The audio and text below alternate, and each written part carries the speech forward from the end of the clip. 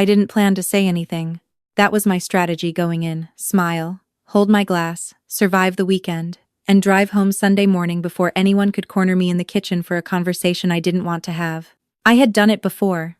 I was good at it. But then my mother opened her mouth, and everything I had rehearsed in my head for 29 years came out in a single breath. My name is Sarah Calloway. I'm the younger of 2 children, and for most of my life, that distinction meant very little in a good way, and everything in a bad one. My brother, Marcus, is 4 years older than me. He went to Duke. He graduated top of his class. He passed the bar on his first attempt and joined a firm in Charlotte that had more letters in its name than most people have in their full address. My mother liked to say that Marcus was proof that she had done something right. She never said what I was proof of. Growing up, it wasn't dramatic. That's the thing no one tells you about being the overlooked child. It doesn't feel like a wound every single day. Some days it feels like weather. You just adjust. You wear a heavier coat. You stop expecting warmth from certain directions and start finding it elsewhere. I found it in sketchbooks. I found it in the way a room could feel completely different depending on how you moved the light. I found it in color, in texture, in the specific satisfaction of walking into a space that had been nothing and making it into something that made people stop and feel. I became an interior designer, not the kind who picks throw pillows for people who already have nice homes. I built a firm. Calloway Studio, based in Raleigh, opened when I was 24, with a borrowed desk and a laptop that overheated if I ran too many programs at once.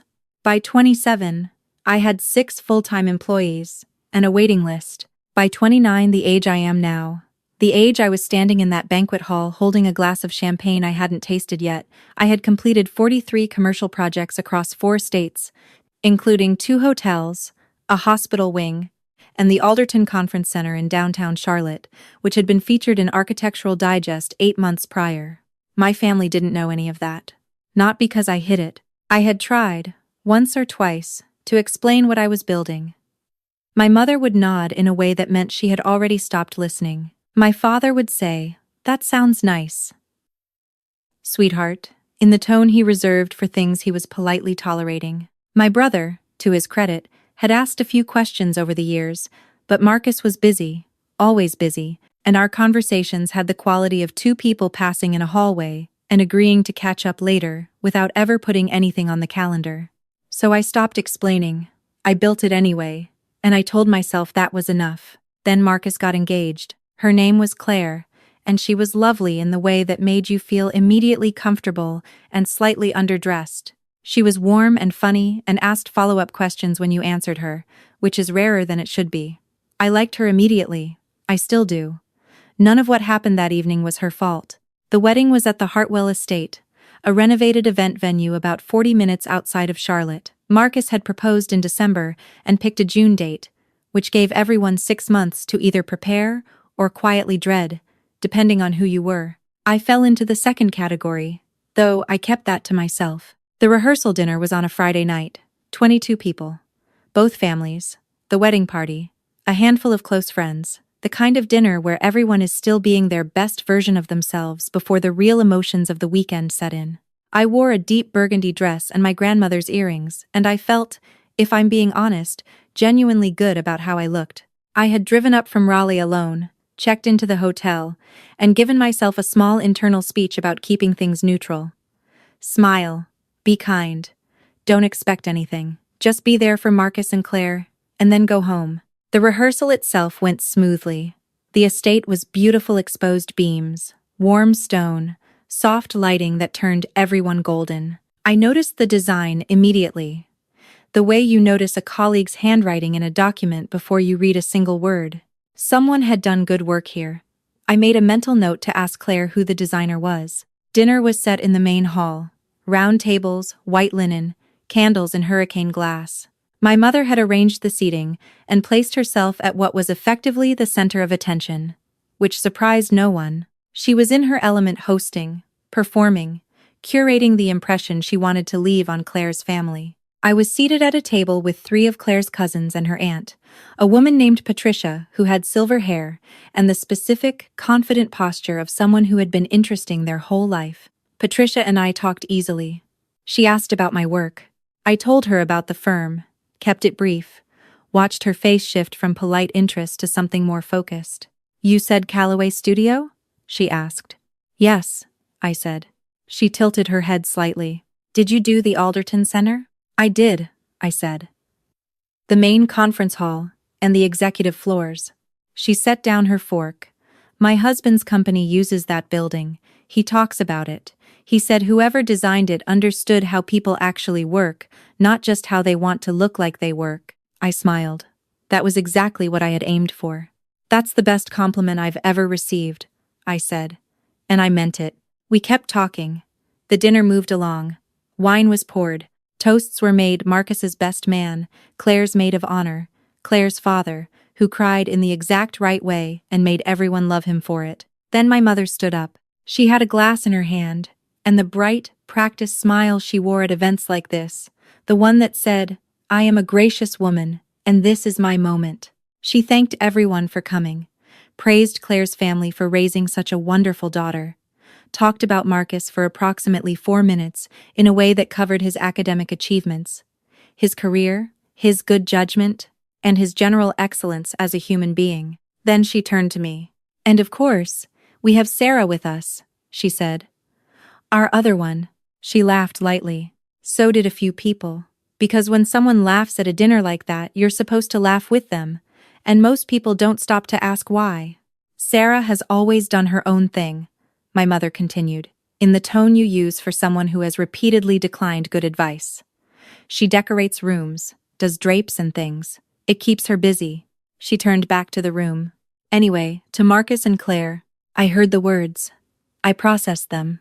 I sat there with my champagne glass in my hand and felt 22 sets of eyes either on me or carefully avoiding me, which is its own kind of attention. Decorates rooms. Does drapes and things. 29 years of weather. 29 years of adjusting the coat. My father, seated 2 tables over, looked at his plate. Patricia, sitting across from me, did not look at her plate. She looked directly at me with an expression I can only describe as I see exactly what just happened, and I want you to know that I see it. I should have let it go. That had always been the plan. Let it pass. Let the weekend end.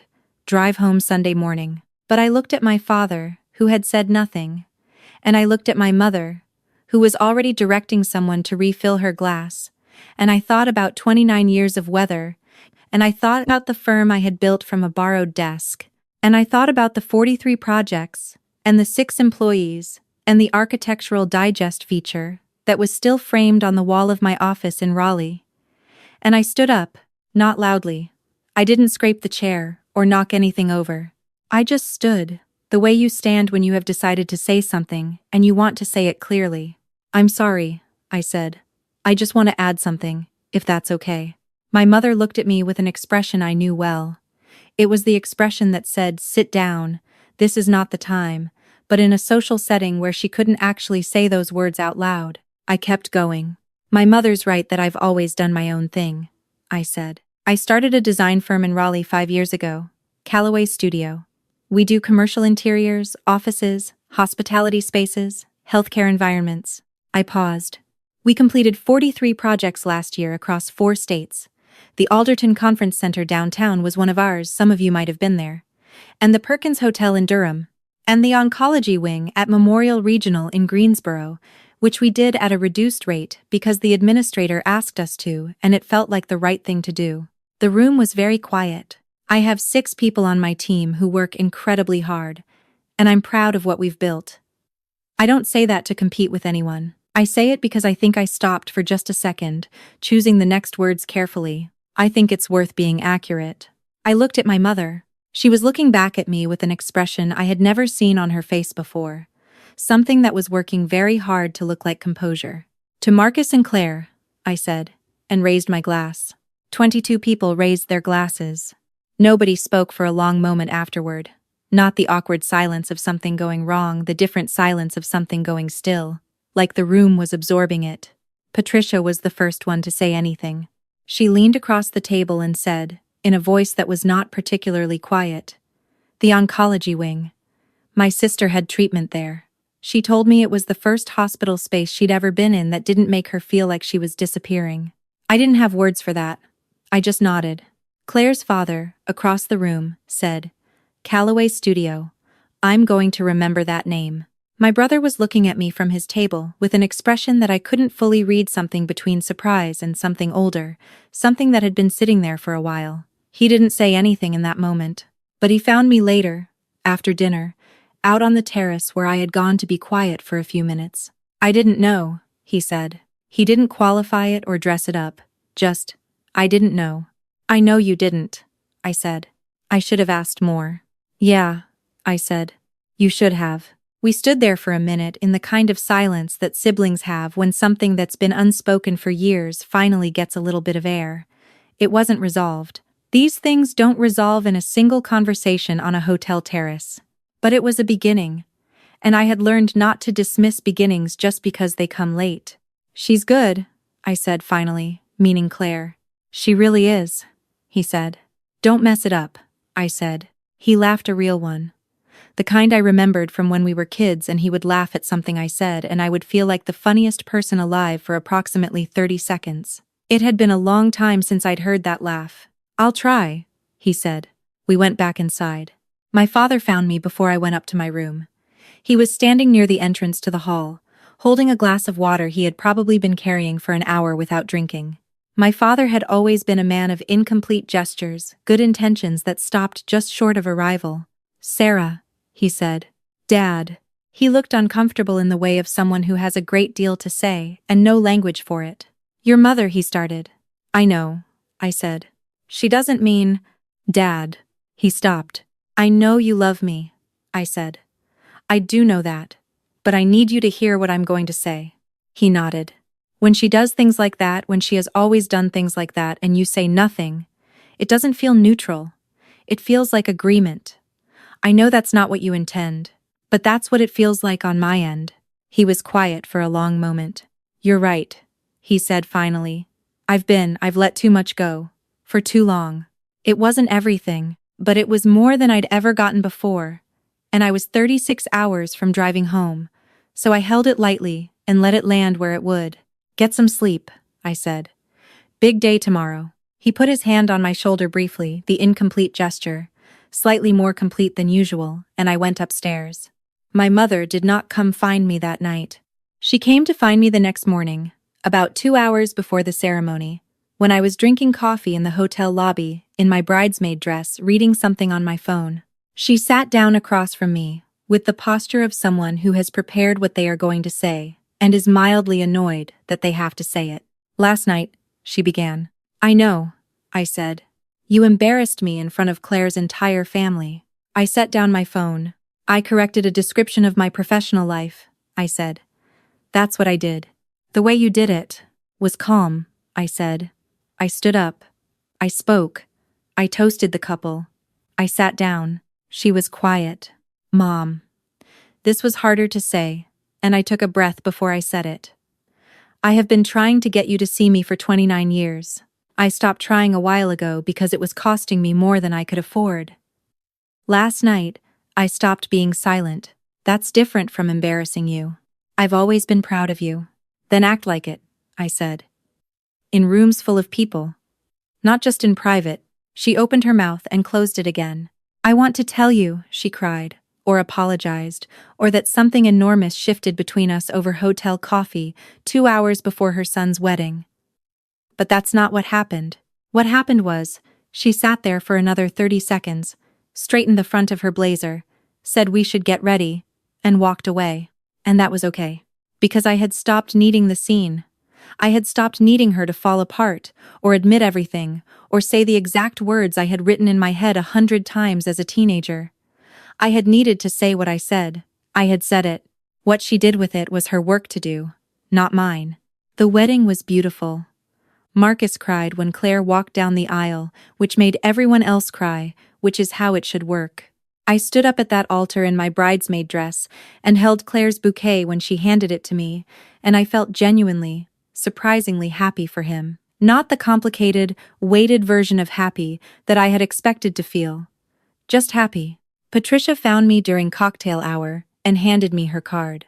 She was a partner at a commercial real estate development firm in Charlotte. They had 3 projects in the pipeline, and had been looking for a designer who understood healthcare and hospitality environments. "I'd like you to come in next week," she said. "If you're interested." "I'm very interested," I said. That meeting led to a contract. The contract led to 2 more. But that's a different story. And honestly, it's not the point. The point is this. For most of my life, I believed that the people who were supposed to see me would eventually see me, that if I just built enough, achieved enough, became enough, they would look over and notice. I thought their recognition was the last piece, the thing that would make it real. It took me a very long time to understand that it was already real, that the 43 projects and the 6 employees and the woman who told me her sister didn't feel like she was disappearing in a room I designed that was real, regardless of whether my mother ever stood up at a dinner and said it correctly. When I drove home Sunday morning, I took the long route through the countryside outside Charlotte. The light was doing what it does in June, in the south, coming in low and gold through the tree line, catching the dust on the windshield, making everything look like it had been designed to look exactly that way. I had the windows down. I had nothing playing on the radio. I thought about my father standing in the lobby with his glass of water and his incomplete gesture, slightly more complete than usual. I thought about my brother on the terrace saying I should have asked more. I thought about Patricia leaning across the dinner table, not looking away. I thought about my mother. And I chose, quietly and without ceremony, to hold space for the possibility that she might do better. Not because she deserved my optimism, not because she had earned any particular grace from me, but because I had learned, slowly and at some cost, that carrying permanent bitterness toward someone is a weight that lives in your chest, not theirs. And I was done furnishing that room. She called me 3 weeks after the wedding. She didn't apologize, not exactly. She said she had been thinking. She said she had looked up the Alderton Center, she said, after a long pause that had the texture of something difficult. "I didn't know it was that big." "I know you didn't," I said. "I should have known," she said. That was as close as she got. I held it carefully, the way you hold something that might still break. I didn't push for more. I didn't tell her it was fine when it hadn't been. I just said, "There's time to do better." And I meant it. There are people in your life who are supposed to be your loudest supporters, and sometimes they're not. Sometimes the people who should have built you up spent years without fully understanding what they were doing, chipping away instead. And if you're lucky, not lucky like winning something, but lucky like surviving something, you figure out that you don't need their applause to keep going. You just need to decide that the work matters, that you matter. Not because someone in a banquet hall finally said it correctly, but because it was always true, and you're finally willing to believe it. I got back to Raleigh that Sunday, and walked into my office, and stood in the doorway for a moment before turning on the lights. 6 desks. 3 ongoing projects on the wallboards. The Architectural Digest feature in its frame. A firm I had built on a borrowed desk, and the belief that rooms could make people feel less invisible. I turned on the lights. I sat down. I got back to work. And if you are sitting somewhere right now, feeling like no one in your family has ever really looked at you like you have been the other one for so long that you've started to think that's the whole story, I want you to hear me when I say, that is not the whole story. That is the beginning of it. The part where the character you're going to become is still forming, still quiet, still building in rooms that no one is watching yet. Let them watch later. Build now. You don't need them to introduce you correctly. You can introduce yourself.